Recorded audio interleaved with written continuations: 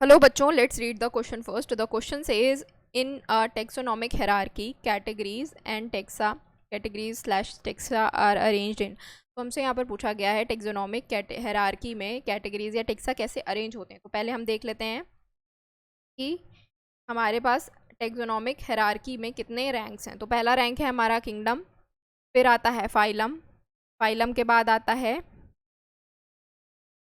Class, class के बाद आता है आपका फाइलम के साथ साथ हम डिवीजन भी लिख सकते हैं प्लांट के केस के लिए, और क्लास के बाद आता है आपका ऑर्डर, ऑर्डर के बाद आता है आपका फैमिली, फैमिली के बाद आता है जीनस, जीनस के बाद आता है स्पीशीज़। तो इस तरीके से कुछ आपके 7 रैंक्स हैं।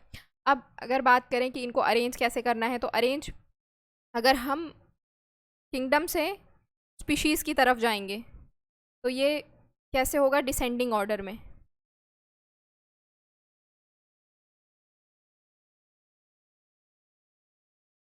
और यहीं अगर मैं स्पीशीज़ से किंगडम की तरफ जाऊंगी तो ये हो जाएगा असेंडिंग ऑर्डर में।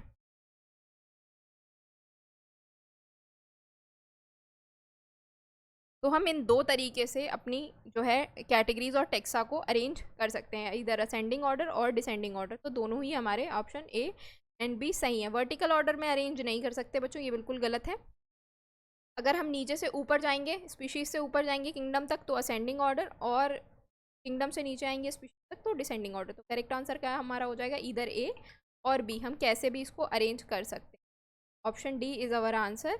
होप आप लोगों को ये सोल्यूशन समझ में आया बच्चों। Thank you, all the best.